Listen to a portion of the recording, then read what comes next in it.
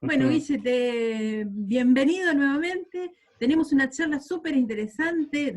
Se me escapa de las manos porque es como demasiado y también es porque es súper interesante. O sea, tenemos muchos Ujú. temas.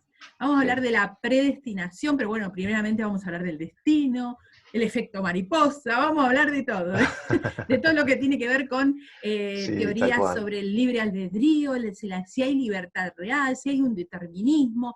Vamos a empezar a Ujú. hablar de un montón de cuestiones que después vemos el título, como siempre el título se pone a lo último en estas charlas, pero bueno, Ujú. lo importante es que estén atentos porque vamos a trabajar un montón de esos temas. ¿No dice? Ujú.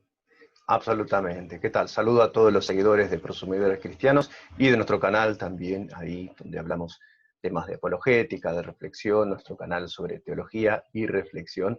Así que, bueno, firmes junto al cañón. Sí. Bueno, empezamos con el destino. O sea, Vamos. estamos destinados a estar acá. ¿Cómo es esto del destino? Vamos a empezar desde esa parte más Sí, filosófica, más especulativa, que siempre hacemos conceptual, y vamos a entrar desde el lado del destino, cómo se concibe el tema del destino en el ser humano, y porque es un concepto que desde varios lugares se está pensando, ¿no? Desde la filosofía sí, tal antigua, cual. el ser humano se pregunta por su destino, si tiene alguna Sí. libertad en todo esto. Vamos a ver, Guille, la parte histórica sobre ese concepto. Sí, esto es una gran, como el otro día hablabas de racionalistas y empiristas, y un poco yo salía como que eran Quijote y Sancho, ¿no? Más o menos, que eran dos tipos humanos, dos tipos de personalidad. Con destino y libre albedrío nos pasa que estamos en una colisión entre una mentalidad que es la dominante en la mayor parte del mundo, en la mayor parte de los seres humanos de esta tierra, y una cosmovisión que es la imperante en esa península avanzada de Asia, como lo llamaba alguno, que es Europa. Y todos nosotros que somos países satélites, factorías, colonias, intelectualmente lo somos todavía más respecto del viejo continente. Así que la visión oriental, que es la predominante en la mayor parte del mundo, enfatiza siempre la parte de destino de los seres humanos. Como que nacemos con un determinado sentido, vamos a realizar determinadas acciones y vamos a finalizar en un determinado momento ya prefijado antes de nosotros. Entonces, Oriente sobre todo posa sus ojos en todo eso de nuestra existencia normal que no lo decidimos nosotros ni lo podemos decidir nosotros. Por eso teorías como el hilo rojo, no referida al romance y esto que lo vemos en las redes sociales, eh, son de Oriente, no son de Occidente. En Occidente eso se ve como una especie de sentimentalismo, pero no pasa de ahí, digamos, nadie se toma en serio esta clase de ideas en Occidente, porque en Occidente estamos sumamente involucrados con el subjetivismo, con la defensa de la libertad, con el valor del individuo y de su propia decisión. Y todo esto, bueno, tiene que ver con una cosmovisión que nace en Oriente, que es precisamente la judeocristiana, pero que no es exactamente lo que se está pensando ahora. Ahora hay una absoluta fe, digamos, como una convicción total, casi a lo bonzo, digamos, en el individuo y en el valor del individuo. Pero la verdad es que son como dos maneras de pensar que tienen que ver con dos cosmovisiones y con dos grandes continentes del pensamiento humano, como son Oriente y Occidente. Occidente cree en el individuo, pero cree ciegamente, cree a lo loco en la libertad humana y en la posibilidad de decidir nosotros qué vamos a hacer de nuestra vida. En Oriente, o sea, el 95% de la población humana no se piensa de esta misma manera. Después, bueno, hay Bien, algunas mixturas, pero esa es la base, digamos, bien, del origen. tener en claro más o menos que hay un cierto condicionamiento cultural que nosotros nos van a como a prefijar ciertas cuestiones de decir del sentido, ¿no? De decir, bueno, si somos condicionados o somos destinados o somos predestinados a hacer las cosas o tenemos una cierta libertad. Dentro del ser humano, igual yo creo que en todos está un poco esta cosa idiosincrática de decir, bueno, yo soy libre, yo decido lo que hago, ¿no? Y más con esta posmodernidad de la que estamos hablando todas estas charlas, ¿no? Esta tendencia del ser humano a tener en sus manos ciertos poderes metafísicos como el destino. ¿Viste? Entonces el ser humano, de este lado, decir que somos destinados o predestinados, causa creo que un poco más de discordia Sí, sí, sí, que por ahí en otras culturas. sí. Sea por quien sea esta predestinación, después más allá de Mm, quién predestina, ¿no? De quién está claro, claro. escribiendo nuestro destino, Si hay un no ello que importa. nos predestina o un él que nos predestina. Claro, hay diferencia, por supuesto. Exactamente. Y sí tiene condicionantes tanto éticas como psicológicas el pensar sobre estas cuestiones, Ujú. porque habíamos hablado también en otras charlas el tema de la moral y cómo a veces decir, bueno, que yo soy responsable de las conductas que llevo a cabo Ujú. y va a generar cierta culpa a nivel psicológico por ciertas acciones que estén calificadas como condiciones, o sea, desde lo que es la sociedad como que están Mm. mal, ¿no? Sí, O sí. sancionadas, y Ujú. bueno, y también esta posibilidad de resarcir la conducta, de pedir Sí. perdón, habíamos hablado. Entonces, no es lo mismo decir que uno está predestinado y bueno, yo tenía que ser así, bueno, como que hay cierta cuota de responsabilidad social.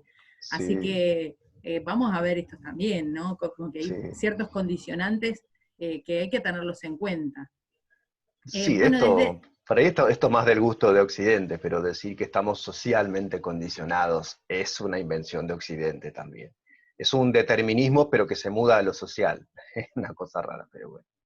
Claro, bueno, por eso te Mm. digo que el determinismo va a tener que ver, bueno, quién es el que prescribe. Bueno, Sí, hay un sí. montón de corrientes que son muy deterministas dentro de lo que es la filosofía y del Mm. pensamiento humano, y hay otras corrientes que son más del lado de la libertad, ¿viste? Pero bueno, vamos a ir entrando despacito a lo Sí, que vamos. también piensa la Biblia, ¿no? Lo que nos dice la Biblia de cómo estamos nosotros, en cierta forma, si tenemos libre albedrío, hasta dónde llega las prescripciones, si es que las hay, el determinismo, si hay alguna, que sabemos que sí, si hay algún tipo de doctrina cristiana o doctrina bíblica que hable más del determinismo y en qué se basan. Ahí Ujú. vas a tener Sí, obviamente la palabra vos, sí, ahí vamos. Está bueno seguro eso. que tenés más. Así que bueno, vamos a empezar un poco de eso. ¿Qué dice la Biblia sobre la predestinación? Como para tener una idea. Sí, el término predestinación lo vemos por primera vez en la Biblia en griego, está en el Nuevo Testamento, y es un término que es proorizo, que los que son acérrimos del libre albedrío dicen que en realidad quiere decir prever, preanticipar, presciencia de Dios, como que Dios ve por anticipado algo que va a ocurrir y decide adelantándose a esos hechos que él sabe que van a pasar. No tiene tanto asidero teniendo en cuenta que la mente de Dios es una mente infinita y para él eso que está por pasar ya pasó, digamos, ¿no? O sea, es lo mismo en el fondo, pero es como una manera Mm, de dejar absolutamente intacto el concepto de libre albedrío y de no involucrarlo con algo que evidentemente va, por lo menos conceptualmente. Después, teológicamente, digo, arreglatela, ¿me entendés? O sea, cada uno va a tomar las decisiones en su interior conceptualmente que le permitan hacer que los dos conceptos tengan una correlación y un diálogo o no, o admitir que haya un gran misterio, un gran abismo que no tiene una explicación racional y humana. No hay mm, problema, los cristianos con el misterio no tenemos un problema, porque como dice mm. ese pasaje bíblico, las cosas reveladas pertenecen a nosotros y los misterios glorifican a Dios porque son soberanía de Dios en estado puro. Entonces, bueno, yendo a predestinación, lo que dice la Biblia, lo dice sobre todo en la carta a los Efesios y en otros pasajes, es que los cristianos hemos sido predestinados a la salvación, hemos sido predestinados a creer, hemos sido predestinados a estar en el grupo de los elegidos, también aparece este término muy fuerte, más en relación a los que se van a convertir en Apocalipsis, por ejemplo, ¿no? Que van a ser hebreos, como un concepto más restringido, pero también se llama a los elegidos a los creyentes en sentido lato, o sea, en términos generales los cristianos somos los elegidos de Dios, así que no Claro, podemos eludir, hay predestinación en la Biblia, eso hay que admitirlo, sí. conceptos como por ejemplo llamados o escogidos, por ahí no dice ¿no? Eso también son conceptos que Claro. se escuchan mucho en la Biblia. Muchos fueron los llamados, pocos son los escogidos. En estas frases, con respecto a la Ujú. predestinación, ¿qué se podría entender? Sí, ahí entramos, empezamos de a poquito a agregarle algunos elementos a nuestro paisaje doctrinal, ¿no? Por eso, vamos Porque, despacito. claro, claro, vamos despacito, vamos a ser pedagógicos en esto porque si no nos perdemos. Y qué Pero el complicado. tema, claro, el tema es que tenemos de un lado la gracia y del otro lado Sí. la libertad humana o la responsabilidad humana. Creo que la responsabilidad, todas las banderías teológicas la admitimos. Todos los cristianos creemos que el hombre es responsable de lo que hace y deja de hacer. O sea, nadie cree que el hombre es forzado a tomar decisiones que no quiere. O sea, cada uno decide de su vida lo que quiere.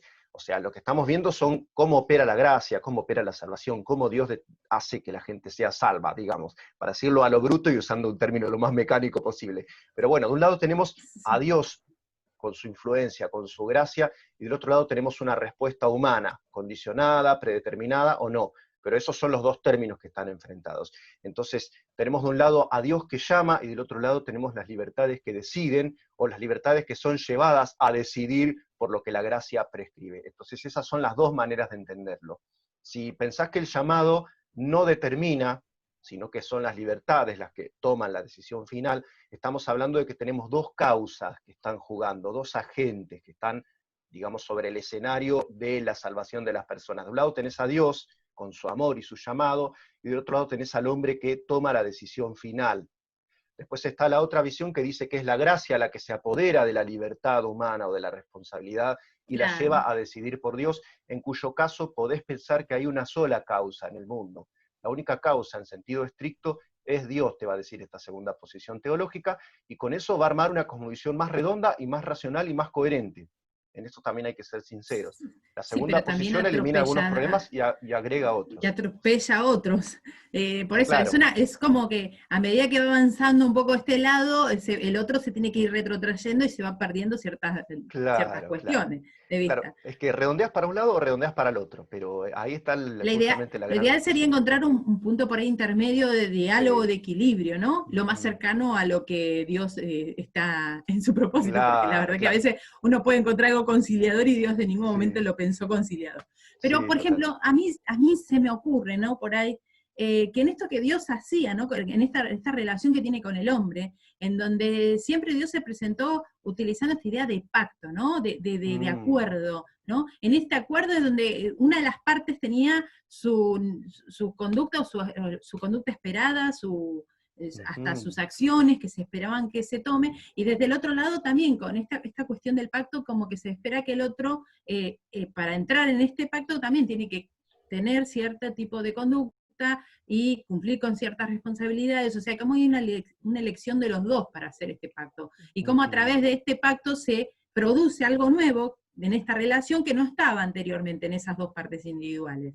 En ese sentido, por ejemplo, desde ahí se podría, ¿no?, buscar alguna forma de conciliación entre lo que Dios planificó en la mm. relación con el ser humano y la salvación, y lo que el hombre puede aceptar o rechazar. Y ahí está esa Sí, libertad.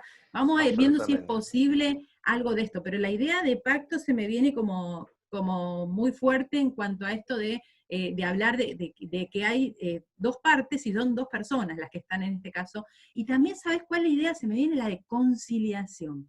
Viste, que tiene que Ujú. ver con la idea del pacto, del acuerdo, la Sí, sí, conciliación. Y sí. obviamente este papel fundamental, ¿no?, que cumple Jesucristo como reconciliador de un pacto que se ha roto entre Dios y los Ujú. hombres. Entonces, Absolutamente. cómo estas palabras, por ahí tenerlas en cuenta, porque a medida que vamos hablando de esto, vamos entendiendo que dentro del plan de Dios, Él es una parte del pacto y nosotros somos la otra parte. Y van a haber Sí, tal cual. ciertas conductas esperadas de nosotros, ciertos lugares, ciertos papeles, ciertos tiempos, y del otro lado también ciertas responsabilidades, acuerdos, papeles. Pero en este pacto sí sabemos que el que escribió este pacto, el que lo pensó, el que lo diseñó fue Dios. Siempre, O sea, nosotros siempre. venimos a adherir o no al pacto, pero el pacto lo preescribió Dios, ¿no? Ujú. Sí, Así. totalmente. El que tiene la iniciativa en estos pactos que se van dando, son muchos en la Biblia. Por ahí la gente Sí, tiende a leer, va pasando, y no sé, pasás Génesis tanto, y capaz que te salteaste dos o tres pactos, sí, pero siempre que toma la iniciativa es Dios. Si uno hace una lectura atenta de las Escrituras, ve que los mandamientos mismos, cuando Dios termina de revelárselos a los israelitas, después a la otra generación, siempre hay como renovaciones de estos acuerdos entre Dios y los hombres. Y en el Antiguo Testamento queda más vos, claro, está bien lo que decís, porque en el Nuevo Testamento, que se habla de la gracia y la predestinación y la salvación por fe, no queda tan en claro que ahí tiene que haber una conciliación y tiene que haber un pacto, no entre iguales, lógicamente no es un esto pacto no es un entre pacto entre iguales. iguales. Como un ¿Me acuerdo decís un entre vos y un poco? empleador, tampoco es un acuerdo entre iguales, pero al haber un pacto hay un cierto condicionamiento mutuo, digamos. ¿Me haces una descripción histórica de los pactos como para tener una idea, si los tenés ahí más o menos en Sí, claro? absolutamente. Dale, joya, Sí, así sí, sí. como que los vamos viendo del Antiguo Testamento, porque algo que me viene a la cabeza es que Mm, Jesús decía, este es el nuevo pacto en mi sangre, o sea que hay un nuevo sí. pacto y o sea, vamos a ver cuál es el recorrido del pacto que Dios hace con los hombres en el Antiguo Testamento y por qué la necesariedad de un nuevo pacto y en cuanto a este nuevo pacto, qué desacredita o qué deja de funcionar de los anteriores Ujú. pactos y qué se habilita, ¿no? Con este pacto en la sangre de Cristo, que es súper fundamental. Esto nos va a abrir la Exactamente. cabeza para Sí, cualquier sí. lado, así que Sí, dale, que totalmente. Sí, grosso modo, y para resumir, se suele dividir la Biblia en dos pactos, ¿no? El Antiguo Pacto y el Nuevo Pacto, mal llamados quizá Antiguo Testamento y Nuevo Testamento, porque el Testamento incluye la muerte del testador, y bueno, no es exacto el caso, tenemos un Dios pero vivo. claro, exactamente, y un Dios que está presente junto a nosotros, asistiéndonos y renovando su relación con nosotros todos los días. Entonces, así que Antiguo Pacto y Nuevo Pacto estaría bueno, y como visión general está bien, sería como Israel y la Iglesia, el Antiguo Pacto y el Nuevo Pacto, pero desde el huerto del Edén, Dios estableció un acuerdo y unas ciertas condiciones en su trato con la primera pareja humana, Adán y Eva. Entonces ahí tenemos un pacto. Charlábamos la otra vez, que para ellos había un solo elemento, un solo acto que estaba prohibido, todo lo demás estaba permitido, eran puros e inocentes, tenían una sola prohibición de alimentaria, justamente, una prescripción dietética específica para el huerto del Edén. Pero ellos eligieron rebelarse, eligieron hacer su propio camino, diría alguno, y se separaron de lo que Dios les había prescrito en su pacto. Un pacto sumamente amplio donde ellos tenían todas las ventajas y el goce, ¿no? Una palabra que ahora la relacionamos con la carnalidad y con la naturaleza caída. En esa época era goce puro la vida de los seres humanos, porque no había Como un estado de absolutamente bienestar. Viste que, por ejemplo, que salud. Sí. la Organización Mundial de la Salud dice que la salud es el estado de bienestar completo, como si uno pudiera tener completitud en una bienestar, que en realidad es imposible alcanzar tal grado. Pero yo me imagino Ujú. que en el huerto del Edén había este estado de salud completo, de bienestar completo, en donde había salud psíquica, emocional, física, de todo tipo. Había ese estado. Ujú. Eh, y bueno, y se rompió. Pero vos fíjate Y se cómo desde ya destruyó, entonces, sí. desde ahí, Ujú. el ser humano tenía la posibilidad de elegir rebelarse contra las prescripciones. O sea, había alguna prescripción, pero el ser humano se ve que tenía la posibilidad porque de hecho lo hizo, la hizo Sí, tal visible, cual. cuando fue y se rebeló. Si no hubiera Exactamente. posibilidad desde ese lugar, no hubiera libertad de elección o libre Mm. albedrío, la persona ni siquiera hubiera agarrado ese fruto. Así que Sí, buenísimo, ya sí. desde ahí se ve que hay una cierta libertad, si bien hay una cierta determinación, unas ciertas constantes en este Ujú. pacto dadas por Dios, sin embargo hay una cierta libertad. Sí, Por eso se absolutamente. rompió, Sí, se rompió total. el pacto. Sí, y ese huerto del Edén, digo, hay cosas que por ahí, ya te digo, uno lee muy por arriba y De no se corrido. queda en algunas cosas, pero Adán tenía que trabajar, o sea, él tenía la misión de plantar todos los árboles alrededor del mundo, misión que obviamente quedó trunca, porque no se llegó a realizar y el hombre y la mujer cayeron. La mujer tenía que procrear, tenía que cumplir una misión dentro de la familia, cada uno en armonía, haciendo las cosas bien, sin pecado, sin nada de por medio. Pero eso se rompe y empieza un nuevo pacto entre Dios y la humanidad, que tiene las condiciones que conocemos hasta el día de hoy. Hay enfermedades, muerte, dolor, hay problemas al dar a luz, hay conflicto entre los seres humanos, hay conflicto entre el hombre y la mujer. Todo eso ingresa desde la nueva relación abierta, digamos así, desde el nuevo pacto obligado entre Dios y los hombres, porque Dios vuelve a relacionarse con los hombres, pero el hombre pierde todos los privilegios a los que accedía de manera gratuita, porque tampoco había hecho nada para merecerlo en el huerto del Edén. Así Pero que estos hay un, privilegios sí. se rompen, o sea, se pierden, ¿por qué? Porque en el primer pacto Ujú. las posibilidades humanas de actuar no corrompían la santidad de Dios, porque la imagen de Dios en el ser humano no se corrompía, no se deshumanizaba nada. Claro. Cuando se entra a este nuevo pacto, en donde, sin entrar en nuestro pacto, donde se rompe el Sí. anterior pacto, el edénico, el adámico, entonces ahí surgen todas estas posibilidades de deshumanizar desde el Mm. lado nuestro la relación, y lo que provocaba, en definitiva, era que la relación con el ser santo, que es Dios, también se corrompiera. Entonces Dios no se podía relacionar nuevamente con este ser humano caído, de la misma forma que antes, porque No. era un golpe directo contra su santidad. Entonces Dios tuvo que diseñar algún tipo de relación con los hombres que no manche su santidad. ¿Cómo hizo esto Ujú. posible? Sí, esto lo empezamos a asomarnos la otra vez cuando hablábamos de un régimen de sacrificios con derramamiento de sangre de animales inocentes. Esto se ve muy claro en la historia de Caín y Abel, donde justamente el que no ofrece un animal con sangre es Caín. Alguno puede decir si transgredió algo al hacer eso, no sabemos, porque los israelitas también ofrecían libaciones y sacrificios de origen, de orden vegetal, digamos, no involucrando sangre. O Sí, sea, sí, no sé si cometió una transgresión al hacer eso, pero sí queda claro que Abel, ofreciendo un animal con sangre, estuvo más cerca de lo que era el entendimiento de la nueva relación entre Dios y los hombres post caída de Adán y Eva.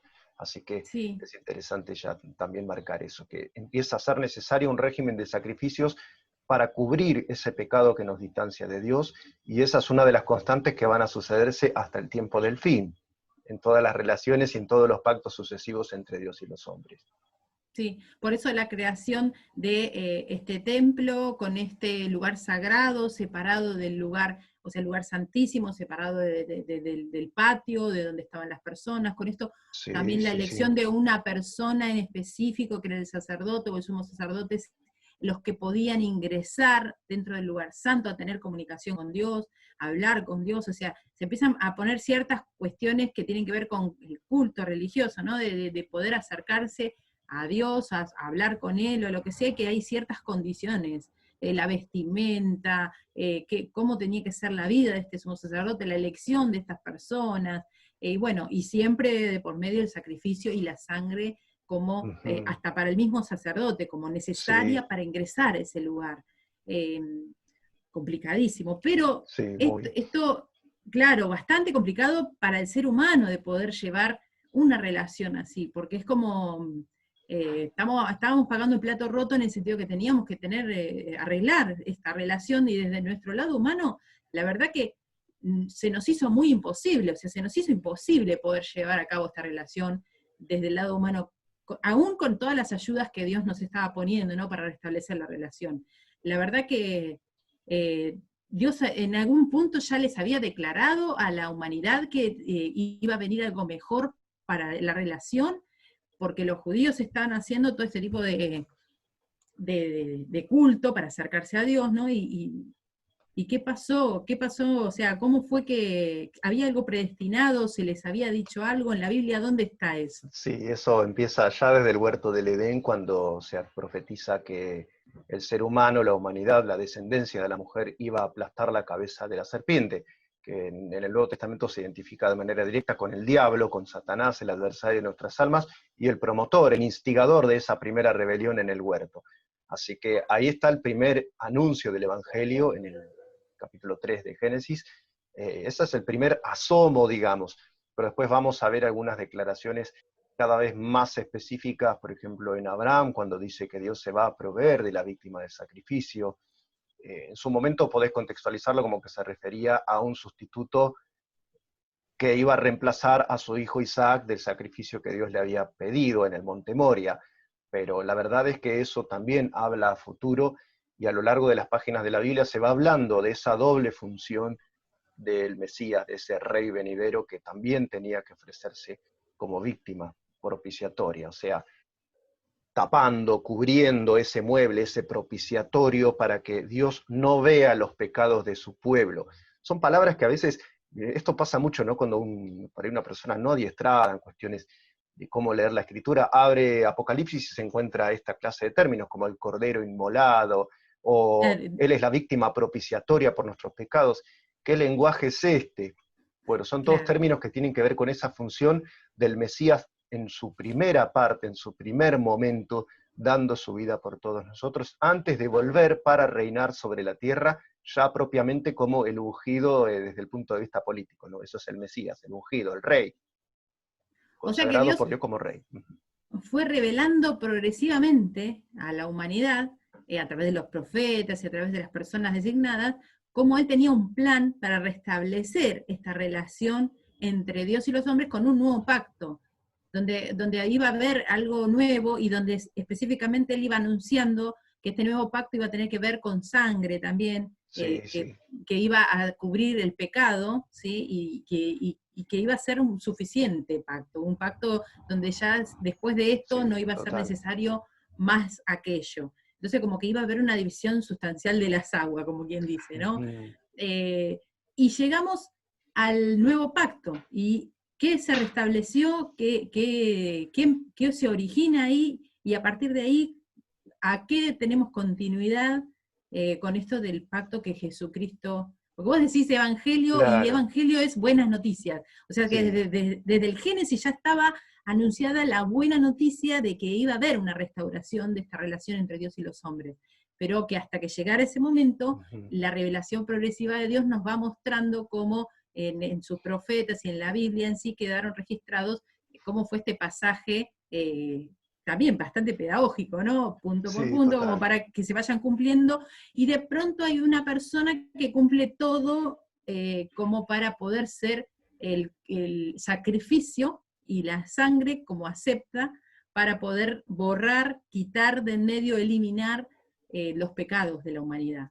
Claro, en su A doble ver función, cómo. como animal que se ofrece para el sacrificio y al mismo tiempo como sumo sacerdote que intercede por nosotros. Entra otra de las paradojas grandes, grandes, grandes de la historia y de la relación entre Dios y los hombres.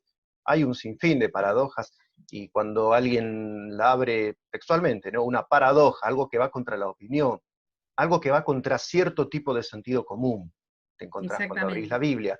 Pero una de esas grandes paradojas es que el pueblo al que Dios había preparado y formado para recibir la llegada del Mesías, del ungido, de este rey que primero se iba a tener que dejar sacrificar, rechazaron cuando vino al Mesías. No lo Y se supieron quedaron con ver, un claro, no lo reconocieron, lo no lo despreciaron, reconocieron. lo tuvieron por poco, lo mandaron a la cruz, lo hicieron crucificar por un imperio ilegítimo que estaba usurpando ese lugar de poderío. O sea, hicieron todo lo peor posible que pudieron la cosa, lo sometieron a un instrumento de tortura como la crucifixión, pero este mismo pueblo prefirió quedarse con un régimen de sacrificios que, como decías vos, es sumamente imposible de cumplir. Sí, muy Son un difícil. sinfín de prescripciones que había que cumplir día tras día, cada luna nueva, cada mes había que ir, había que llevar sacrificios también anualmente, había que cumplir con todo un régimen que a una persona de buen pasar económico le llevaba parte de su hacienda también, parte de sus ingresos iban para ahí. Ahora que algunos hablan de los diezmos, en esa época se diezmaba cerca de un 30% de lo que te entraba por tu casa, porque había varios diezmos. Bueno, la cuestión es que los israelitas prefirieron quedarse con lo viejo. Como decían, el Con vino el, añejo es mejor, decían. Se quedaron con lo que Dios había hecho como una preparación para esto otro que era lo definitivo y provisto por Él. Ya no había necesidad de constantemente el hombre estar ahí confirmando un pacto con Dios, sino que Dios establecía su palabra definitiva de justificación, de redención, de liberación para el ser humano, y algo que además transformaba la naturaleza de la persona. Bueno, los hebreos prefirieron lo antiguo y se quedaron con un sistema sumamente meticuloso de prescripciones, le añadieron otras todavía, los que conocen de judaísmo sí, saben que tienen esos libritos que forman la Mishnah, el Talmud y todos unos añadidos que son de sus sabios, donde está prescrito hasta cómo salir a la calle un Shabbat, y cosas por el estilo. Cómo recibir una copa cuando te invitan a una casa, la primera así, la segunda copa así, la tercera así. Digamos, está todo prescrito, todo codificado, mm, porque se enamoraron de un sistema legal que era solamente la plataforma y el anuncio de lo que Dios iba a proveernos a los seres humanos. Prefirieron un sistema que ellos imaginan que tiene que ver con el mérito y con el esfuerzo humano, y rechazaron la gracia divina, el regalo de la salvación en Cristo. Así que ahí hay una de las grandes paradojas, ¿no? mm. En Y qué cómo fue la respuesta condicionante humana. Sí. psicológico también, porque vos fíjate que a Mm, menos que tengas un tipo de personalidad obsesiva compulsiva, es muy sí, difícil hacer todo eso a rajatabla. La verdad que privilegiaron a las personas que tenían este tipo de trastorno de la personalidad, porque si no, sí, nadie más podría seguir esto tan a rajatabla. Tenés que ser no, como muy obse para hacer todo esto, así todos los días. Cero libertad. Así que también tiene que ver con un estilo de vida que le agrada esto del determinismo puro, ¿viste? sí, Como sí, pues ya sí, sí. está todo dicho, yo me muevo para acá. Y quita, vos fíjate qué condicionante que también le sirve al Mm, ser humano a nivel psicológico porque le quita la responsabilidad, o sea, se sienten mucho menos culpables porque están cumpliendo con ciertas cuestiones rituales y sí, de esa forma como que descansa un poco a nivel culpa y de responsabilidad todas las acciones que por ahí está haciendo. Pero bastante sí, sí. complicadísimo, una Muy, relación agotadora. La verdad que sí, eso es algo que realmente para el ser humano no es el tipo de relación que Dios quería con el hombre.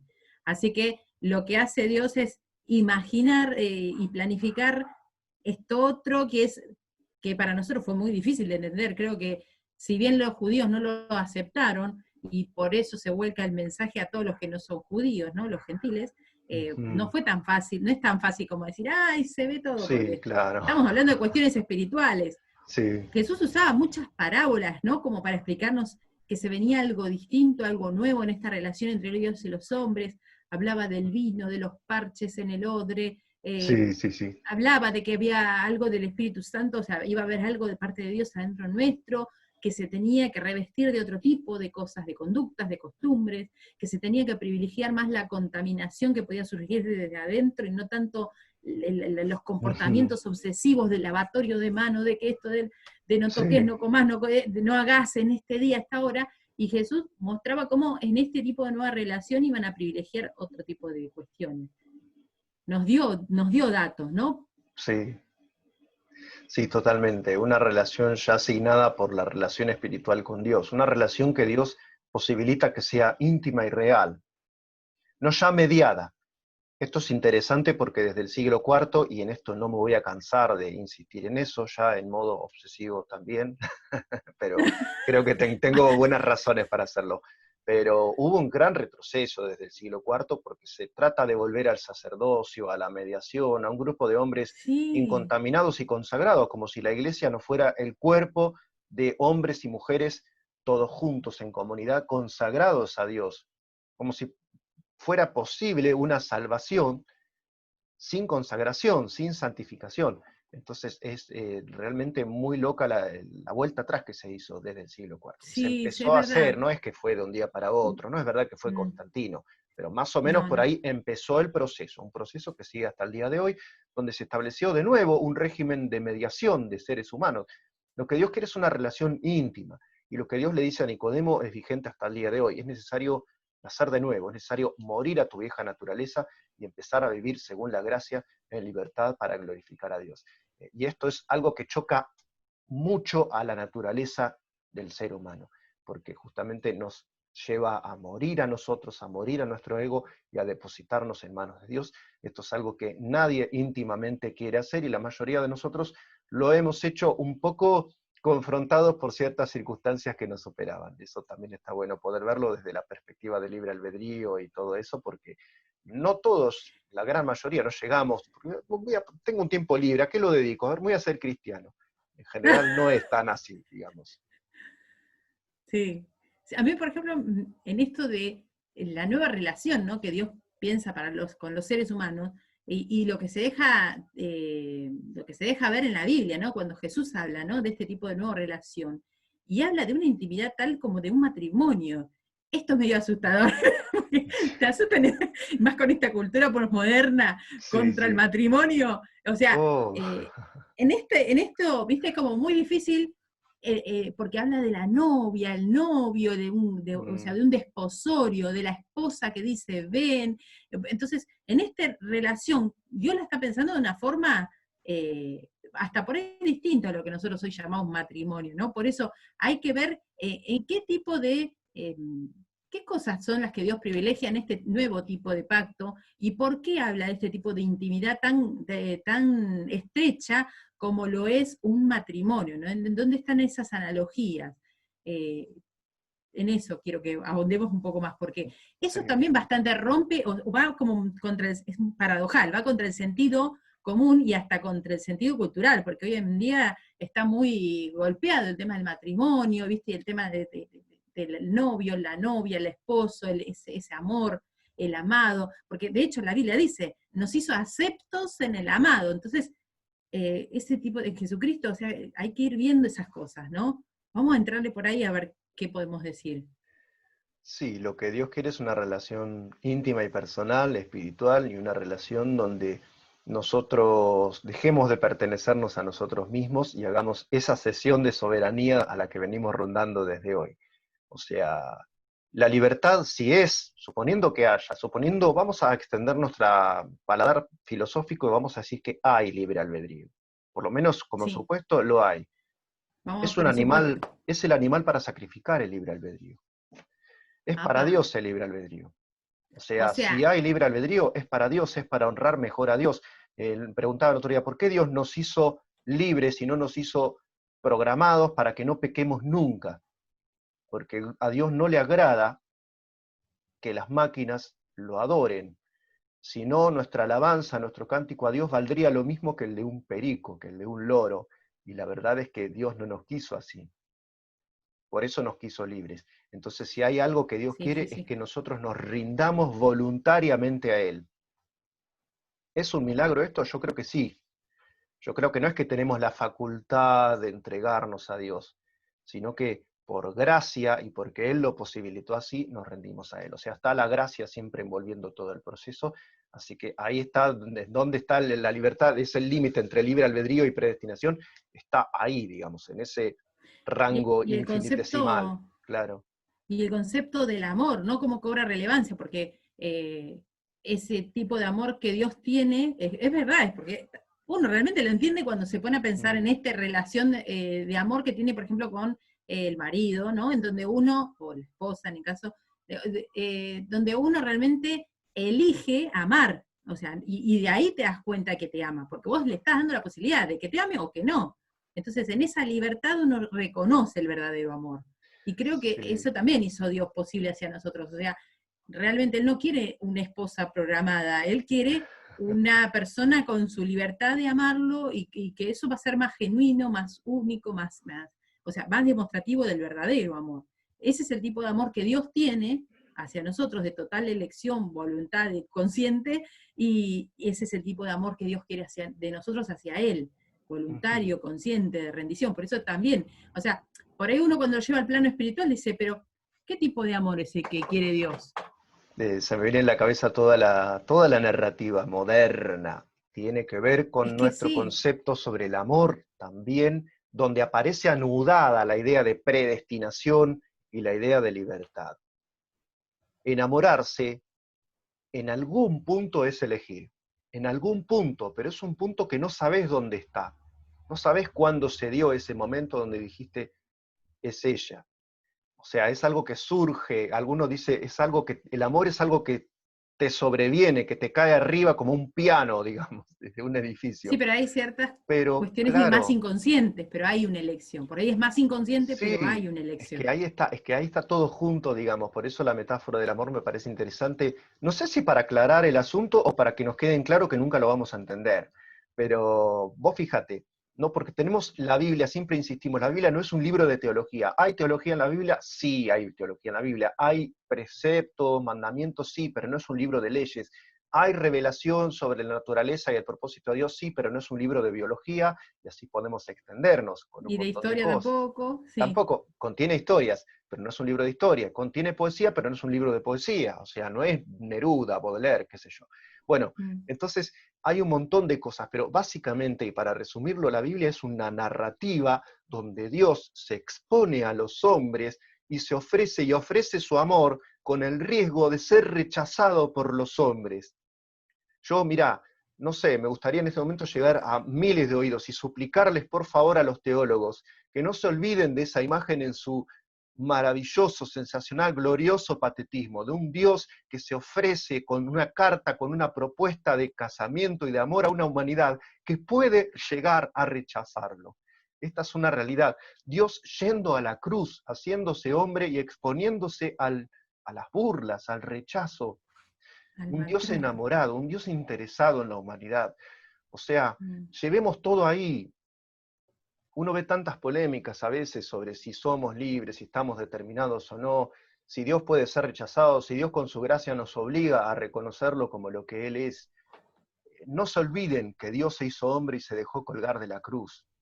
O sea, básicamente es una historia de amor, es la historia de un enamorado que está absolutamente interesado en esa criatura que quizá le dé la espalda y le vuelva con desprecio, una reacción así de negación, de no me interesa, tengo otras prioridades. Ese es el resumen de la escritura bíblica. Después se Sí, agrega todo lo del juicio, es verdad, está todo junto en la escritura bíblica, que vamos a ser llamados a juicio por lo que hayamos decidido también es una realidad. Pero, o sea, no nos olvidemos que el núcleo del relato, de la narración bíblica, es una especie de novela romántica, es una especie de novela de amor, donde el protagonista, nada menos que el creador del universo y el soberano de todas las cosas, cuya inteligencia y cuyo poder excede a cuanto nos podemos imaginar en nuestros mejores y más lúcidos momentos, ese Dios se expuso a nuestro rechazo y sigue haciéndolo y seguirá haciéndolo por lo menos hasta que termine ese gran proceso que llamamos historia. Así que sí, está muy bueno llevarlo a la parte de la metáfora del enamorado en Dios, porque es una metáfora. sí, pero vos No es fíjate que Dios cómo es, está literalmente enamorado, pero es una metáfora que está muchas veces en la Escritura. O sí, sea, eso te iba a decir, teólogo querido, esto te cómo, tiene que llamar la atención, muchacho. claro, porque es verdad lo que vos decís, muchas veces se centran en cuestiones tales como diferenciar el Gena, el Hades, de qué sé yo, y se olvidan de todas las metáforas que tienen que ver con el amor, el enamorado, el novio, toda esta cuestión de libertad y Rechazado, engañado, pasional. víctima de adulterio en Oseas. Dios como víctima de Sí, adulterio en Oseas. sí, sí. Digo, ¿qué Que más claro, por eso, necesitas? o sea, a veces entender esto, que a Dios no le da lo mismo el que lo adoremos a Él o adoremos otra cosa, o nos adoremos Mm, a nosotros mismos. O sea, Dios siente como una traición profunda, porque Él nos creó para que lo adoremos a Él. O sea, en ese sentido de sí, es como más comprensible la parte pasional cuando nos podemos a pensar en ese tipo de sentimientos que Dios explica de tantas formas, y Jesús también dio muchísimos ejemplos de esto. Así ujú, que la verdad que sí, hay que estar ciego para no ver esa parte ujú. y hay que tenerla en cuenta también, porque si no uno se vuelve como una maquinita apologética, ¿viste? Claro, claro. Metralleta de Biblia y no Sí, entendiste sí, la sí. sustancia de todo Sí, esto. sí, que hay un Dios con interés en nosotros. Pues, otra vez, hemos dicho tantas veces, Dios te ama, Dios te ama, Dios te ama, está interesado en Sí, vos, Dios quiere hacer cosas grandiosas en tu vida, y es absolutamente cierto. Pero pensar que es un Dios que hace una oferta de amor, un Dios que puede ser rechazado, es una imagen que no nos podemos, no deberíamos quitarnos de la cabeza, a la hora también de afrontar dilemas como si el hombre es libre, si la gracia nos obliga. No, o sea, desde ese punto de vista parece que no. O sea, no da la sensación de que sea un Dios que espere de nosotros una reacción digitada por él. Eso no. O sea, desde el punto de vista de esta metáfora que aparece mucho en la escritura. Así que ahí hay claro, más bien una invitación o una propuesta. Entonces va a haber bien, un pacto al que te vas a integrar voluntariamente, porque lo bien. vas a decidir, como cuando uno hace la propuesta a la señorita ahí con el cofrecito, como una imagen que se volvió tan masiva. Tal cual. Bueno, y en este sentido, viste que yo te pregunté si había alguna doctrina religiosa, alguna enseñanza, alguna iglesia que hoy podamos reconocer que tiene por ahí alguna de estas dos vertientes marcadas, tanto la del libre albedrío como la de la predestinación. Sí, sí, ¿Cuál sería en este momento como para poder sí. A ver, visualizar? claro, podría resumir como que en la iglesia romana también tienen este mismo tema. O sea, Bien, uno como evangélico está un poquito saturado con las redes de los que enfatizan que la gracia todo lo puede, que los hombres parece como que decidimos, parece que somos causa, o sea, yo me levanto por las mañanas, me afeito, no sé, me lavo la cara, parece como que me lavo la cara, es Dios que me determina a lavarme la cara, digamos. Digamos, esa sería la versión extrema de fatalismo dentro de determinismo, es lo mismo, es más o menos lo mismo. sí, sí, Está sí, cambiando el nombre porque el protagonista pasa a ser Dios, el creador del mundo y el que mandó a Jesucristo a dar su vida por nosotros. Pero es un determinismo, claramente, es un determinismo filosófico y también son monergistas, o sea, esto que decíamos hoy. Hay solo una causa en sentido propio, una sola libertad hay en el mundo y en el universo entero, que es Dios. Los demás estamos digitados. Después está la otra postura, la gran postura dentro de las iglesias evangélicas, la que más número de adeptos tiene por gran diferencia, creo yo, por lo menos ateniéndome a lo que conozco de Occidente, que es el arminianismo. los arminianos creemos o creen que la libertad humana tiene un papel que jugar en esto. La gracia divina lo empapa todo, la gracia divina hace la propuesta, pero la libertad humana responde sí o no. O sea que la gracia divina no obliga a nadie, sino que es como una atmósfera que produce esa vida espiritual y esa posibilidad de respirar y de responder en salvación. O sea, no es que el ser humano tiene en sí el germen de decidir por Dios, sino que Dios le da ese don y ese regalo, pero el hombre puede eventualmente rechazar ese regalo, lo cual sería el más grave de los pecados, y es lo que se llama rechazar, ser incrédulo, rechazar el Evangelio. De esto habla muchísimo los textos de los Evangelios, así que creo que por el lado de los Evangelios, especialmente la postura arminiana es muy fuerte. O sea, hay dos causas, Dios que ofrece y el hombre que puede eventualmente aceptar o rechazar. Y ahí entra la responsabilidad volcada en el hombre, porque el hombre pasa a ser un actuante libre. Entonces, ¿el hombre cayó? Sí, pero el hombre caído sigue teniendo la posibilidad de responder por un sí o por un no al llamado de Dios, y va a ser responsable si responde especialmente que no. Y si responde que sí, va a decir, gracias Dios por haberme posibilitado esta salvación tan grande de la que yo no soy autor ni en un 0,1%. Esas son las dos grandes posturas.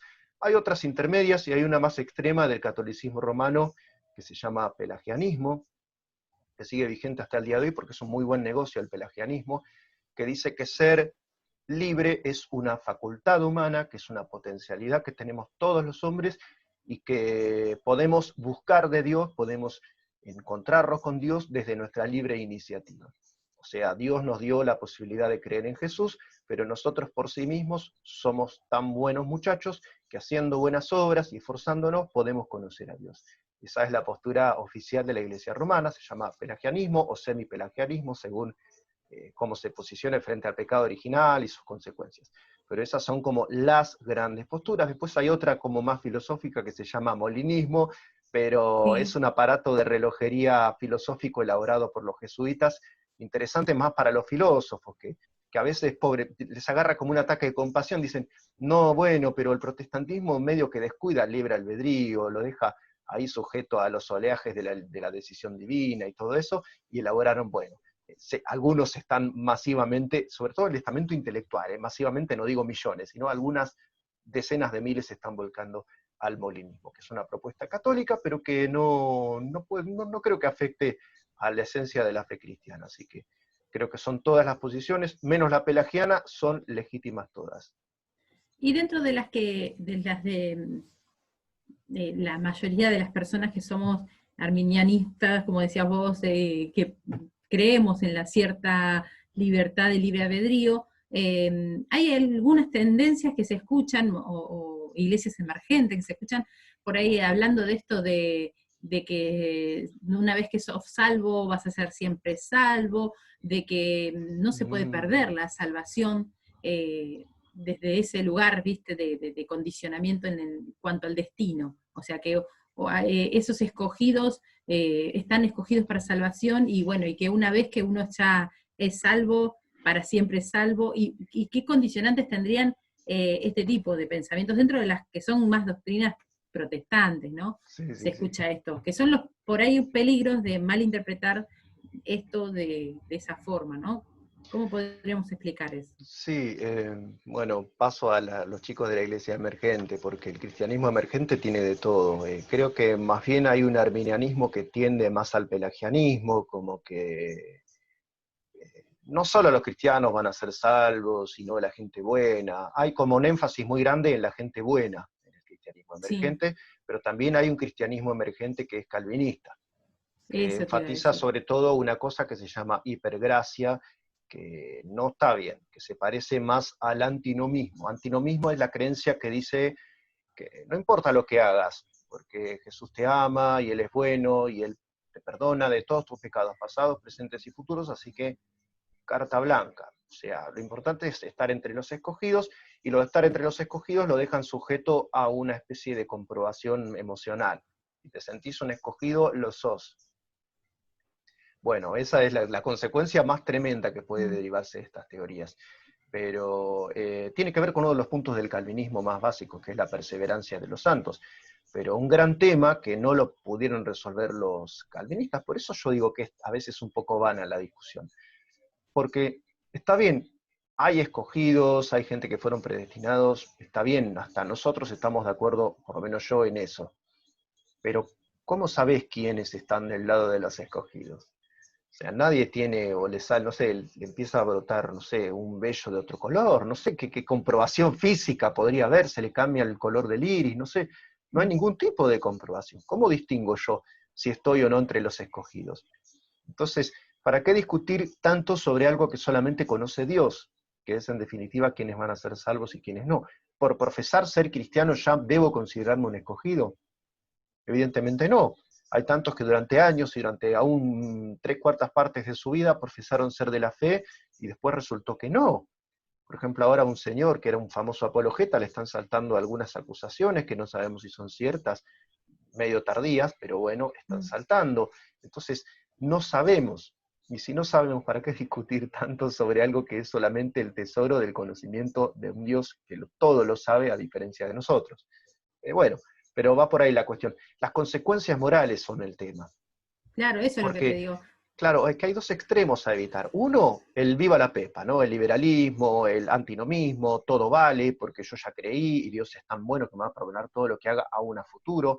Y por el otro lado, el legalismo, que es, si yo, no sé, dije una mala palabra o me enojé y puse cara fea por la mañana, ya está, perdí la salvación, debo reconciliarme con Dios porque si me llego a morir de un ACV o no sé qué, me voy al infierno y no me voy con el Señor. Digamos, esos serían como los dos extremos que hay que evitar. El extremo, el punto intermedio es ser cuidadoso, considerar que tenemos un papel, considerar que podemos pecar, que nuestra relación con Dios puede ser afectada por nuestras decisiones, indudablemente es así. Seamos del bando que seamos, tenemos un papel en nuestra relación con Dios. Así que, bueno, ese sería como el justo intermedio, ¿no? Ni legalismo ni antinomismo, o sea, ni enfatizar demasiado la perseverancia de los santos, ni enfatizar demasiado que nosotros tenemos un papel en cuanto a nuestra salvación. Yo creo que en ese medio, que es un poco misterioso también, debería ser la ortodoxia de los cristianos de todo el mundo, sean del bando teológico que sean, porque acá cada uno va a tomar sus decisiones y eso está muy bien también. Sí, estaba pensando en eso, en encontrar ese equilibrio, ese punto intermedio, y volviendo de nuevo a la idea de la relación, ¿no? De esta relación amorosa que tiene que ver entre Dios y las personas y los seres humanos, y cómo en esta relación uno tiene ciertas responsabilidades a cuidar de la relación, ¿no? Yo, por ejemplo, hay un peligro directo de creer que una vez que nosotros somos salvos no vamos a perder la salvación, porque hay hasta prédicas en esta orientación y corrientes muy fuertes que cuando un cristiano recién arranca en todo lo que tiene que ver con esta relación con Dios, se confunden ciertas cosas.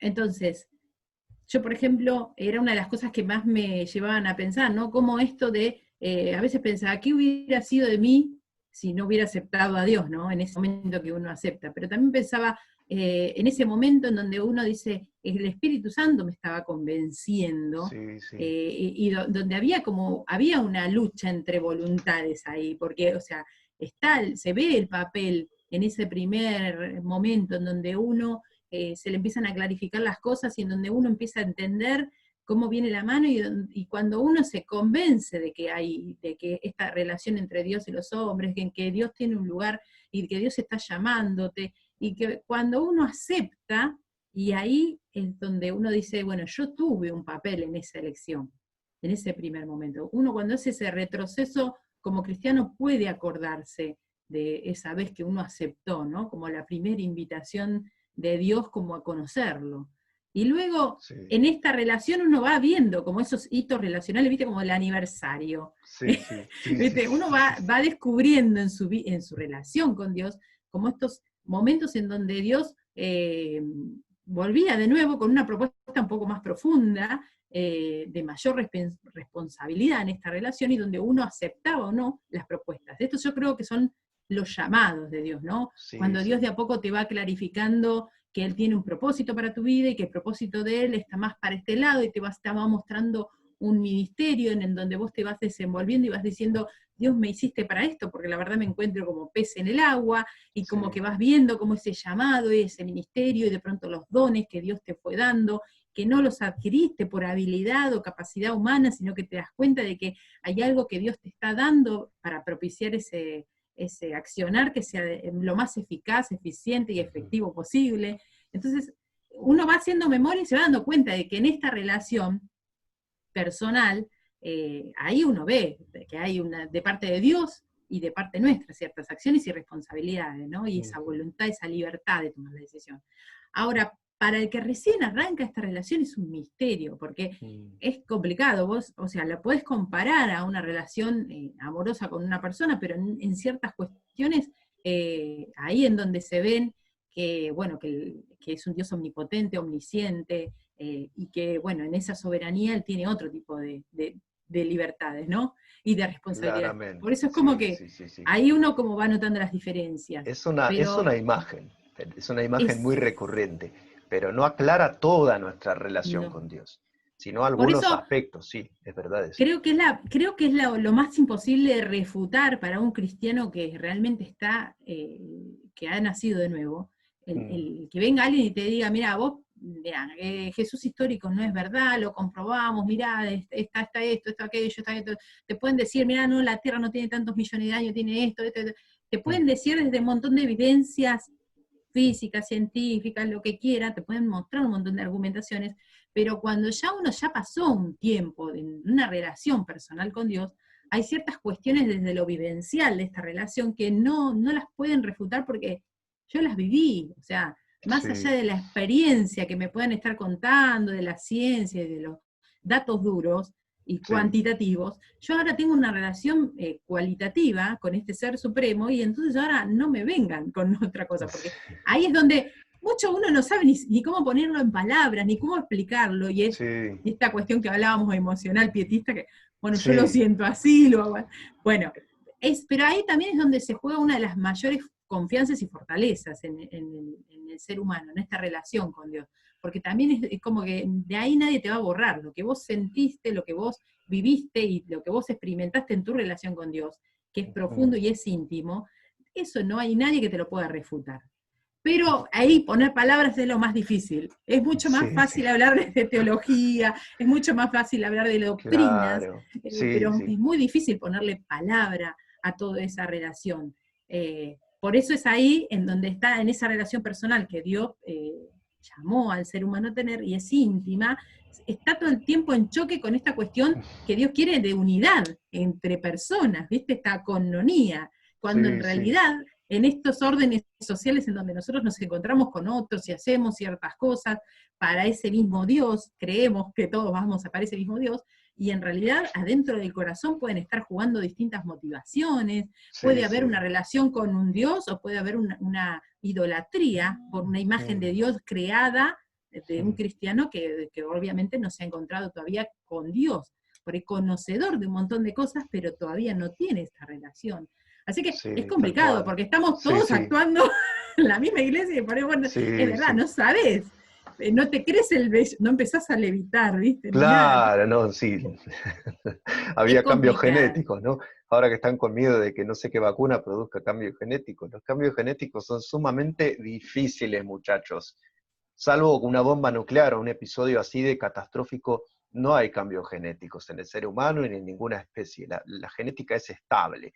Pero bueno, yendo en particular a esto que decías, empieza una relación cuando te haces cristiano y ahí, digamos, la metáfora del enamorado que presenta su propuesta a la prometida o a la novia, a la futura esposa, ya hay una relación estabilizada y hay un esposo y una esposa.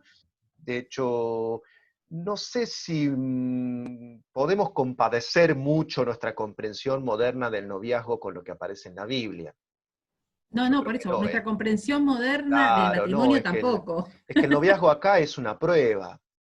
Y bíblicamente el noviazgo, que se llamaba desposorio, era estar casado, de modo que alguien que Claro, se tenía que iba ver con más una, claro, una desposada virgen, con la cultura claro. judía, que ahí sí te explica bien lo que, por ejemplo, cuando uno toma el Mm, ejemplo, la analogía bíblica que Jesús hablaba de desposorio, de noviazgo, de bodas, del amigo de la novia, uno tiene que Sí, recurrir a hacer una hermenéutica histórica sí, crítica y sí, sí, recurrir sí. al contexto para saber lo que era una boda en ese contexto cultural, porque Sí, la era todo verdad un que nada proceso. que ver, ahí está, Occidente hizo cualquier cosa, o sea, Otra vez tenemos sí, Occidente y otra forma de Oriente. entender.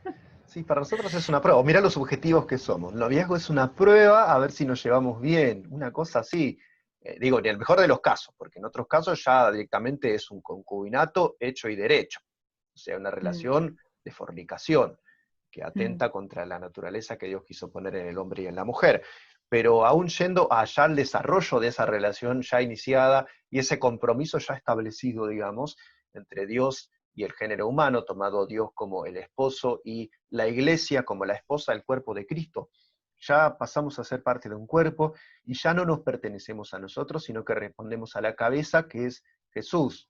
Entonces ya es cierto que por la vida andamos como agentes que tomamos decisiones, pero no nos tenemos que olvidar que el que tiene que dirigir todo el proceso va a tener que ser siempre y en todo caso Jesucristo. Entonces, otra mm. vez volvemos a Oriente-Occidente, predeterminación o libre albedrío. La verdad es que un cristiano debe desear que su vida esté determinada por los deseos, como se dice ahora, no los sueños de Dios.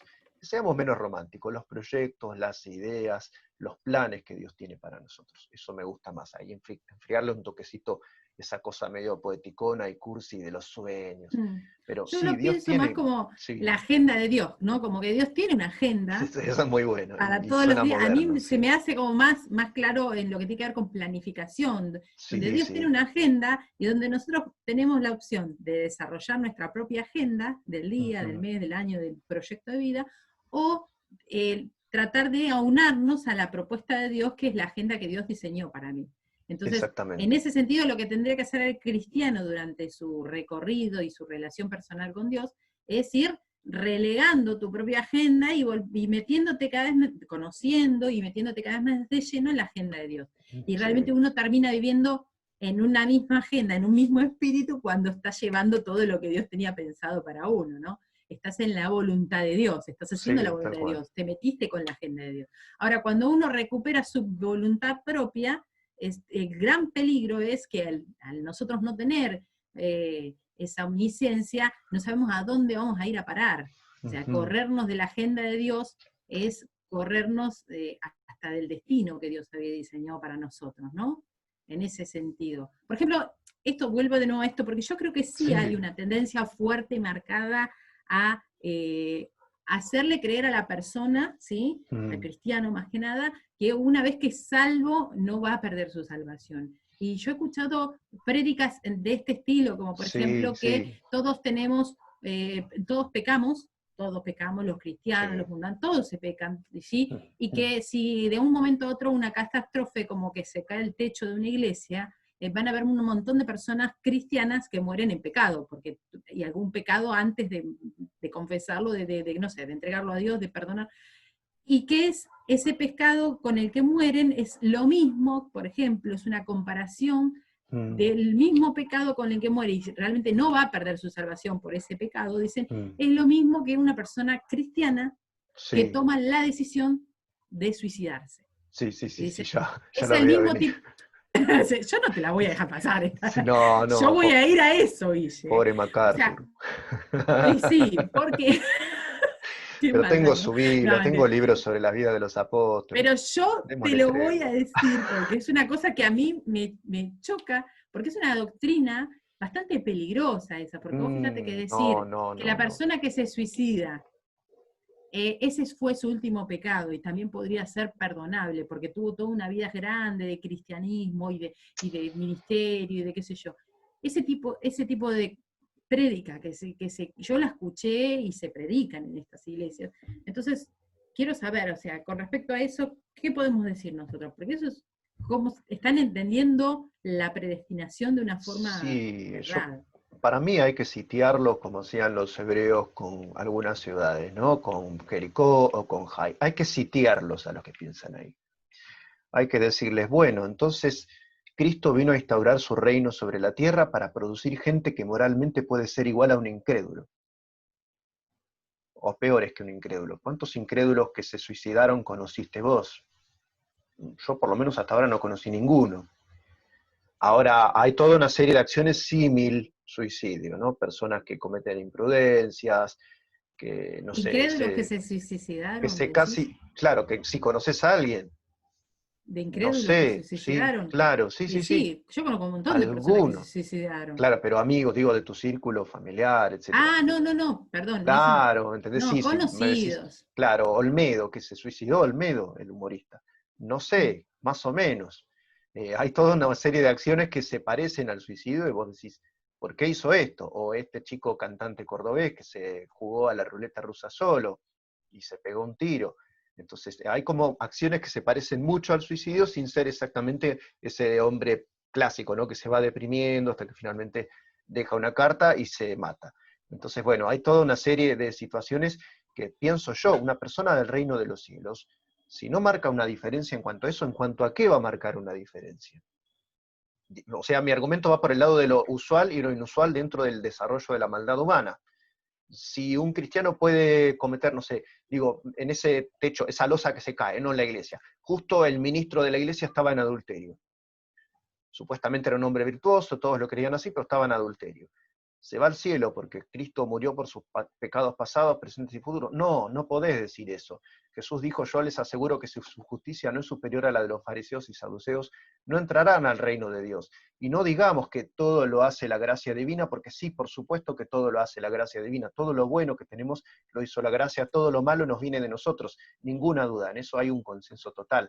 Pero yo no puedo presuponer que mis acciones puede no impactar la obra de Jesús, porque estoy diciendo que el reino de Dios es una fundación vana en ese caso. O sea que Dios va a mandar al paraíso a un montón de gente que va a ser absolutamente igual a la gente que no profesa ser cristiana. Entonces, ¿qué obra habría producido la cruz si no la transformación de esas vidas humanas? Si no hubo transformación es que no hubo cristianismo. Entonces, simplemente el razonamiento de Jesús, los frutos son los que diferencian si uno está dentro de la fe o no. Y Pablo mismo decía, miren ustedes por ustedes mismos, ¿están dentro de la fe? ¿Son salvos? ¿Están seguros de que son salvos? Bueno, asegúrense de eso porque es lo más importante de todo, muchachos.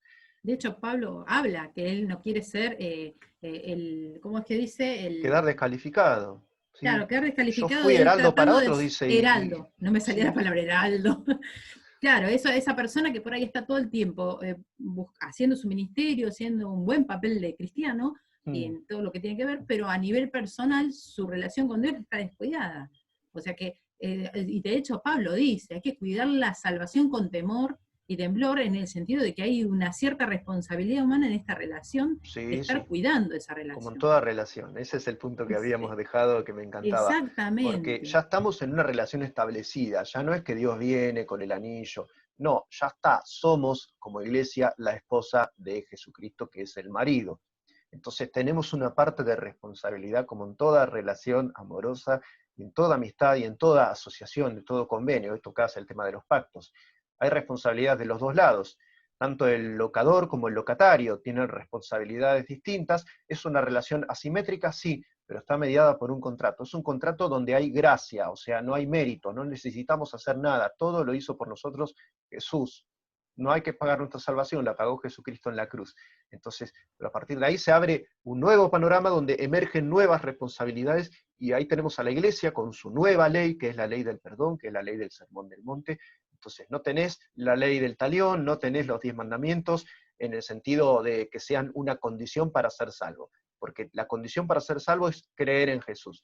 Ahora, eso no te exime a vos de tener responsabilidades de cara a mantener bien, en buen estado, en buena forma, esa relación con tu Señor, con tu dueño, con el que ahora se transformó en cuanto miembro de la iglesia, en tu marido y cabeza, que es Jesucristo. Así que sí, hay responsabilidades. Todos los días tenemos que cargar nuestra cruz. Eso se tiene que renovar todos los días. No es que ya Jesús murió una vez, listo. Yo me dejo ir. Me decía una amiga que es partidaria de estas teorías, si quieres, preocúpate por tu salvación. Yo me dedicaría a disfrutarla y cosas por el estilo. Sí, claro que la salvación está para ser disfrutada, Que pero seguro no que te yo olvides me que la hay estoy disfrutando. responsabilidades. Sí, es que es así. Exactamente. Es que no, tampoco, fíjate qué estrecho es el pensamiento y qué humanos somos a veces. ¿Cómo vas a contraponer responsabilidades con disfrute? Es que, Tener es que esa familia es persona no una entiende lo que es su responsabilidad. matrimonio. Es que Entonces, esa Todos persona si son está casada no responsables. entiende el matrimonio, porque No, de la hecho no verdad le que fue bien, pero bueno, no importa. la verdad que uno cuando tiene o sea, el matrimonio es eso, es responsabilidad constante, es un montón de cuestiones que uno tiene que estar cumplimentando, de cuidado, de respeto, lo que es, pero también es disfrute. Por eso uno elige el matrimonio también como una forma de relación legal y aparte tiene un montón de beneficios. Pero obviamente, estamos en una cultura posmoderna y esto está siendo Mm, vapuleado. El concepto de matrimonio, como Dios lo pensó, entre un hombre y una mujer, está siendo muy vapuleado. Entonces, obviamente que se cuestionan estos conceptos bíblicos de relación entre Dios y los hombres. También quedan de alguna forma también golpeados. Por eso nosotros, en cierta forma, también volver a dignificar esta relación matrimonial que también Dios diseñó así, y de hecho es una analogía perfecta para la relación que Él tiene que tener con las personas. Y otra cosa que se me viene a la cabeza, que no quiero dejar pasar, es el a tema ver. de, vos fijate cómo es tan importante esto de cuidar la salvación, que la Biblia dice que una de las cosas que tienen que pasar para antes que venga Cristo es la gran apostasía, ¿no? Uy, Es un montón de gente que habiendo pertenecido, habiendo estado dentro de lo que es una relación personal con Dios, luego van a negar la fe. O sea, son personas que van a negar a Cristo como Salvador, o sí. sea, habiéndolo ya recibido. No es Mm, el mismo tipo de persona que el incrédulo, sino que esto es una persona que ya había depositado su fe en Dios, o sea, era salvo. Y de sí. pronto perdió la salvación por esto de la gran apostasía, ¿no? De la apostasía que es negar la fe o negar a Jesucristo como Ujú, único y suficiente Salvador, porque va a sí. ser ahí el tema. Vos fíjate qué clave que es para la Biblia esta situación, que si nosotros hablamos de que la salvación no se pierde, no tendría que existir la apostasía. No. Y es que además, o sea, no hay de dónde agarrarse, porque No, textualmente en griego apostasía quiere decir salirse de adentro, y ponerse tendría, fuera. sí, Apóstates. States viene de histemi, que es el verbo griego de traer o llevar. O sea, traer y llevar. Nosotros tenemos, tiene el sentido de aproximar o alejar. Bueno, histemi no, es ambiguo en eso.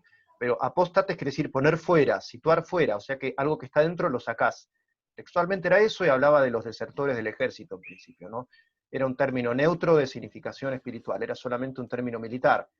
Se le empieza a dar significación espiritual desde la Biblia. Entonces, un apóstata es alguien que renuncia a su religión. Algo parecido pasa con martis, ¿no? Que quiere decir mártir. En esa época quería decir textualmente un testigo. El sentido de persona que muere por su fe o que padece por sus ideales viene desde la Biblia, desde Apocalipsis, que habla de Antipas, mi testigo fiel, que fue muerto, en donde mora Satanás, etc.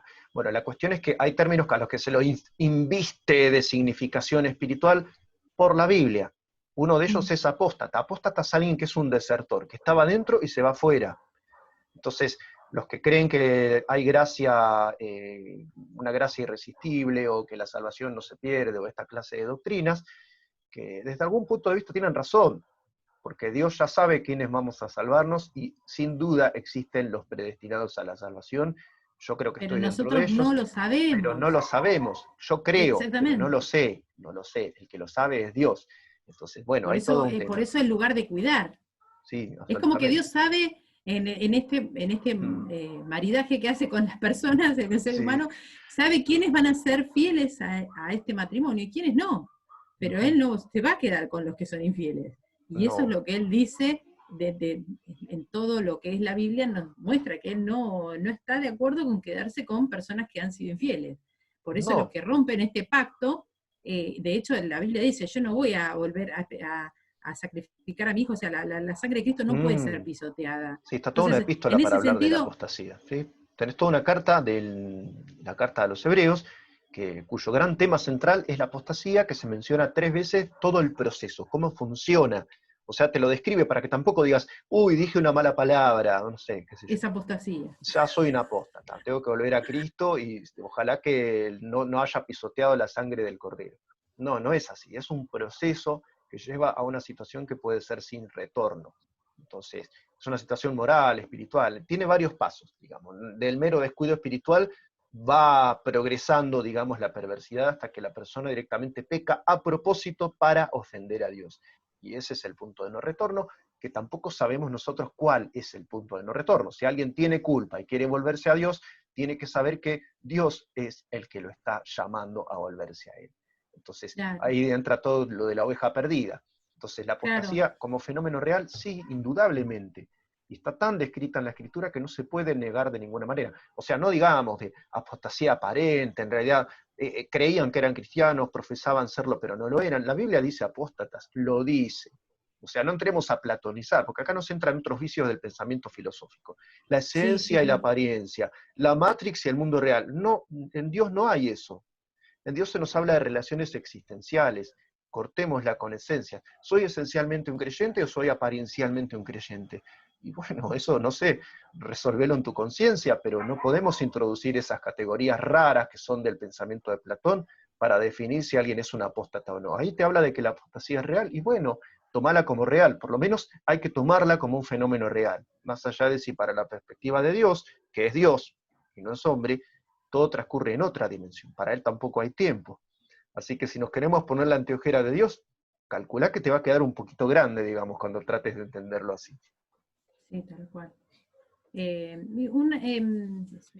tenemos que entrar al infralapsarianismo y supralapsarianismo como conceptos para que me explicites un poco qué son, porque por ahí es la primera vez que lo escuchan nuestros oyentes, como cuando me dijiste a mí que era la primera vez que lo escuchaba. Así que como para tener un poco en este tema esos dos conceptos claros, o más o menos de entrada. Es una absoluta locura, que es una discusión que se da para dentro de Ah, la sí. teología calvinista.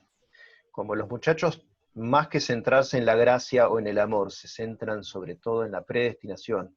O sea, acá yo los voy a interpretar. Porque cada uno se para dentro de una posición y desde ahí haces la exégesis, ¿no? La interpretación. O sea, hay que admitir eso de entrada. ¿No? Yo les voy a decir, su concepto central no es la gracia, muchachos, ni es el amor, sino que es la predestinación. Porque si te tenés que poner a discutir si el decreto de Dios de que el hombre cayera o fue anterior a la creación de Adán y Eva o fue posterior a la caída de Adán y Eva, es que realmente hemos perdido totalmente la brújula respecto del sentido esencial del mensaje de Dios, que es el Claro. amor de Dios y el deseo de restaurar su armonía y su relación con los seres humanos. Por eso decía hoy un poquitito, otra vez entrando en un plano más emocional, pero no podemos perder de vista eso. Si no es Claro, que no cuando se entendimos pierde que de la Biblia, vista, claro, es un libro de se- amor, de un Dios que está interesado en la gente, que decidió amar a la gente, sí, porque a los ángeles caídos no les dio segunda oportunidad. Ahí entra el concepto de soberanía de Dios 100%. Dios decidió amar al género humano, no sabemos por qué, porque quiso. Entonces, esa es la voluntad fundamental de Dios que recorre todas las páginas y la narrativa de la Biblia. Es eso, no decretar la perdición de la gente. Eso realmente para mí no me entra en la cabeza. Si hay algo que me enardece y me hace enojar de la discusión calvinista, es esto de infralapsarianismo o supralapsarianismo. Realmente no me entra en la cabeza que haya gente escribiendo libros para defender una u otra postura. Para mí es un contrasentido. Insisto, porque yo lo que no creo condice que, con lo que dice la Biblia, tal cual, sencillamente. yo lo que creo que se perdió, viste, es esto que Dios hablaba de la relación matrimonial, ¿no? Que él tenía, este pacto que Dios estaba pensando con Mm. el hombre, se pierde, claro, como decís vos, se pierde el foco total. Es como esa esposa tóxica después de divorciada que se pone a pensar si él manipuló todo para que yo me casara o que no, y en realidad él sabía que esto estaba pasando. O sea, si Él vas a sabía entrar que en yo iba a ir a la esa, abogada y que me iba a al, empeñar y que iba a tener que vender el departamento le saqué a él, ¿entendés? bueno, una Entonces cosa así. entramos en ese tipo de relación de esposa tóxica. Y Qué creo que barbaridad. es, claro, pero es visible porque, o sea, dentro del plano humano hasta se ve ese tipo de relación entre los matrimonios de por ahí, de Mm, ponerse a pensar en ese tipo de cuestiones. Pero se perdió de foco el amor, se perdió de foco lo que era realmente el sentido de por qué estaban unidos como pareja. sí. Entonces me parece que en ese sentido, Además eh, involucran a Dios en una cuestión muy esencial que es la teodicea. La teodicea está en la Biblia. No tengo que ir a Leibniz a buscar una teodicea, una justificación de Dios. Esto quiere decir teodicea, ¿no? claro, el mal, la raíz del mal, está en las criaturas y está en las decisiones que toman las personas, no en un decreto divino que se le vino a la cabeza a un teórico de la teología. O sea, hay que entender eso. El mal brota de nosotros cuando decidimos no seguir a Dios. El mal fue creado, si querés darle como una entidad, en cierta forma lo es desde el punto de vista moral, no es un ente el mal, no es que está la piedra del mal o las flores del mal, como decía aquel poeta, no, el mal son nuestras decisiones, cuando nos decidimos alejarnos de Dios. Así que bueno, fue creado por Satanás el mal. Pero ese mal fue creado porque Satanás decidió no hacer caso de la función que Dios le había establecido y ponerse a la altura de Dios en cuanto a autoridad. Así que tener en cuenta eso, que el mal es nuestro, no es una destinación, no es una creación de Dios. No, o sea, no es que le estamos quitando a Dios un mérito porque Él no creó algo, porque el mal no es un algo, es un fenómeno moral el mal. Entonces, pero vos fíjate, todos los argumentos raros que circulan por ahí. Dios mío, Sí, qué lejos sí, nos quedamos de la Biblia al discutir cosas como esas. En la Biblia queda claro, los responsables del mal somos nosotros. Y el sí. que siempre busca reconciliarse con nosotros y toma la iniciativa para relacionarse con nosotros es siempre Dios. Eso según el relato bíblico. Si quiero explicar otras cosas, me tengo que salir del relato bíblico y algunos parece que toman derechito esa decisión. Última cosa para charlar y vamos cerrando esta charla de hoy. El tema de, viste que habíamos hablado en esto, se me fue la idea, la traje, en esta discusión que habíamos hablado sobre el tema de la apostasía y cómo es una realidad y es algo que está escrito, que va a pasar, y que a veces uno como cristiano también le puede pasar, vamos a hablar no de los que estamos adentro, vamos a hablar con aquellas personas que se apartaron, ¿no? De la fe, que en un momento estaban perteneciendo a una iglesia cristiana, estaban como cristianos, habían tenido una experiencia, una relación con Dios, estaban sirviendo, y hoy por hoy se apartaron. No sabemos por qué causa. El origen de la causa puede haber sido una pelea dentro de la Sí. iglesia con seres humanos, una discusión, un entendimiento de algo que no correspondía, lo que sea. Mm. Pero esa persona está apartada y tiene en su corazón por ahí esta sensación de, ¿no será que en realidad yo puedo, primeramente, que sepa que él, mientras esté en esta duda de si está o no en relación con Dios, si esa persona está todavía con alguna intención en lo pequeñito, aunque sea lo sea, pero de orar, de pedirle a Dios y de lo que sea, todavía la relación se puede restablecer. O sea, lo que ha perdido esta persona ha sido la pertenencia al cuerpo de Cristo. Pero todavía, si en algún punto, como, a ver si te interpreté bien, si en algún punto todavía estás con la duda y como que vos todavía querés tener algún tipo de relación con Dios, por más que estés enemistado con algunas cuestiones que tengan que ver más con una iglesia y con lo que las personas hacen, estás todavía en posibilidad de restaurar la relación. Ahora, sí es verdad que hay ciertos condicionantes para esta relación en la que vos debés estar y pertenecer a un cuerpo, ¿sí? Y manejarte dentro de una iglesia como cuerpo. O sea, es ahí donde vos tenés que tener, o sea, vos podés en tu casa orar, sí, vos podés orar en tu casa, pero sí hay una necesariedad para este pacto que Dios tiene para establecido con vos. Hay ciertas cosas que Dios instauró en donde vos necesitas personas que Dios dispuso ahí como un pastor como para que ore por vos, para cuidarte, o la Santa Cena como un espacio de conmemoración, el bautismo. Son situaciones en las que hay un otro implicado que tiene que estar en esa relación y que obviamente vos no podés ni tomar la Santa Cena solo en tu casa, ni bautizar a nadie de tus familiares, ni bautizarte. O sea, vamos a hablarle a estas personas, a las que están apartadas. Sí, el fenómeno, estamos otra vez ante un fenómeno que tiene como dos caras, que es la salvación como regalo y la salvación como algo que se debe conquistar. Hasta que no me encuentre con el Señor, la salvación no está aseguradísima de cara a mi vida personal. Jesús me aseguró la salvación en la cruz sin duda, pero es un proceso por el que yo voy a tener que batallar durante toda la vida. O sea, esto de que el viejo hombre siga muerto, que no resucite. El desgraciado, como decía Lutero, quiere resucitar en todo momento. Pensé que lo había ahogado en las aguas del bautismo, pero el desgraciado sabe nadar, decía Lutero. Bueno, este es el tema, ¿no? Básicamente saber que si tenés alguna sensación de incomodidad con lo que haces mal, esta conciencia de culpa, que tiene tantas explicaciones psicológicas, filosóficas, ¿no? De la violencia, cómo se origina la violencia, cómo se origina el cargo de conciencia, el malestar en el ser humano. Esa es la voz de Dios. Cuando vos sabés que hay algo en tu interior que estás haciendo de espaldas a Dios, pero que no te hace sentir bien, que es lo que llamamos culpa, saber que el que trae convicción de pecado, de justicia y de juicio, el que te da la sensación de que vas a ser castigado por el mal que estás haciendo, es el Espíritu Santo. Eso de vos no brota, brota porque Dios te está hablando, Dios te está llamando a restaurar esa relación con Él. Es un llamado del amor de Dios, porque alguien que cometió la apostasía hasta el final, digamos, no sé, un extremo, ¿no? Algún Judas, alguna cosa por el estilo, deja de percibir que él ofendió a Dios. Y no digo que se sienta bien, pero en cierto punto pecar ya se le hace como tomar un vaso de agua. O sea, no tiene ningún tipo de cargo de conciencia, ni siente nada de desagrado ni de incomodidad por vivir en el pecado. Pero si vos sentís algo de mal, algo de incomodidad y de que necesitas más de Dios, es claro que estás a tiempo de volver y de ponerte las pilas y de empezar a batallar por llegar a tener esa relación que Dios quiere para tu vida. Porque, como decimos, incluye las dos partes la relación.